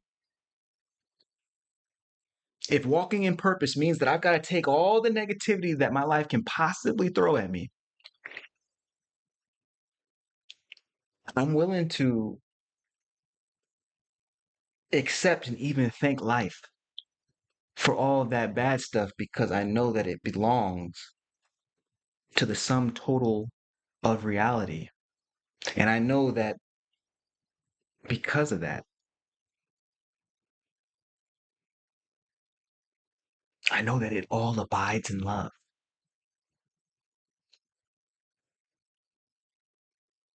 That all the negative, all of the meanderings, all of the wanderings, I know that it all abides in love. That's why we always say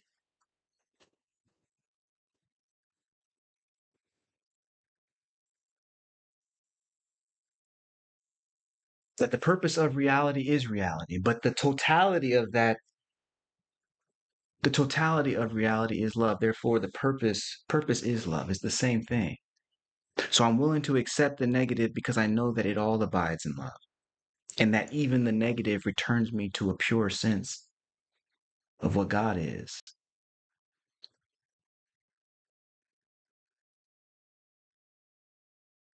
So I give my praise in advance because I understand the nature of things.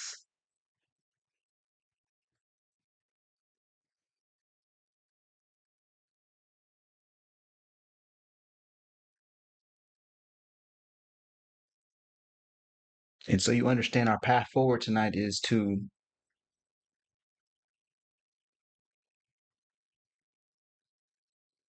open ourselves to giving praise in advance, knowing that every facet of our clarity and delusion has been working all the time toward the flowering of purpose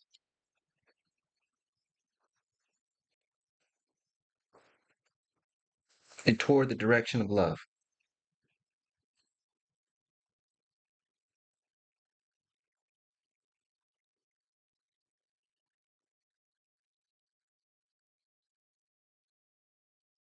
At least that's what I think you're saying, Break the Turtle. You know what I'm saying? So, champ, it's interesting. Do me a favor though. Just come on time next week, you know what I'm saying? But I do appreciate you, Breakthrough, for always hooking us up with that good game. Because I don't know if I wouldn't have thought of that myself without the help of you and Rihanna. So shout out to you, Break the Turtle.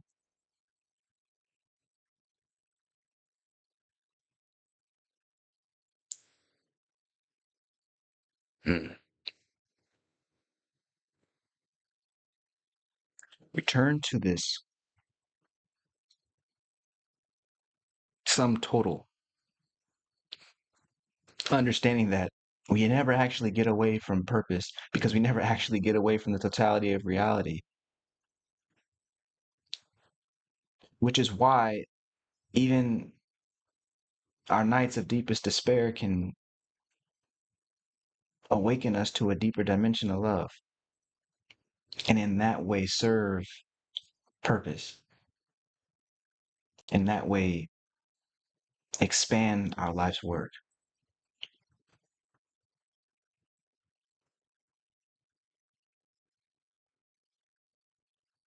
just in seeing reality differently.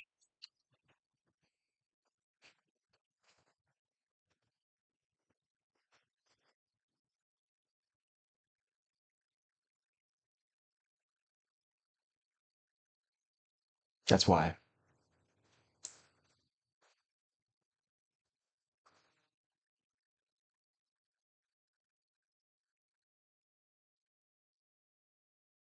I see the twins saying, do you know right now, like right now, you're being hidden in plain sight? That's beautiful. That's beautiful.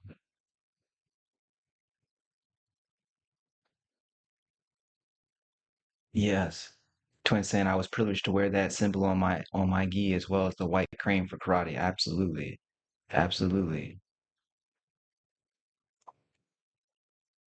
Absolutely. Everything all at once. You are here, there, and nowhere all at once, for we all have lived, died, and created more just to be at this moment now. Isn't that gorgeous?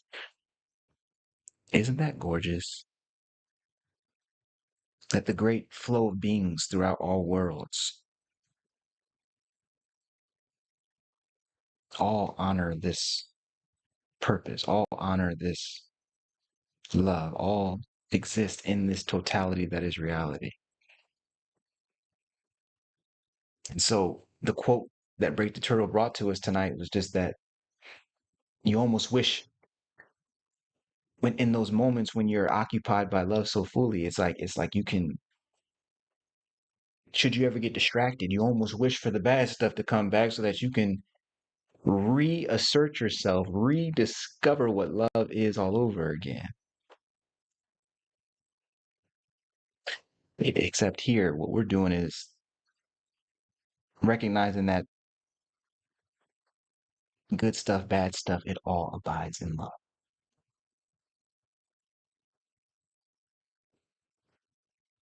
And when we recognize the love,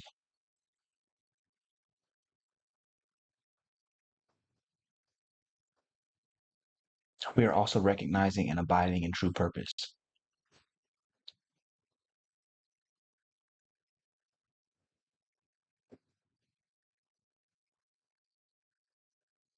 carrying out in big and small ways our life's work and our divine destiny.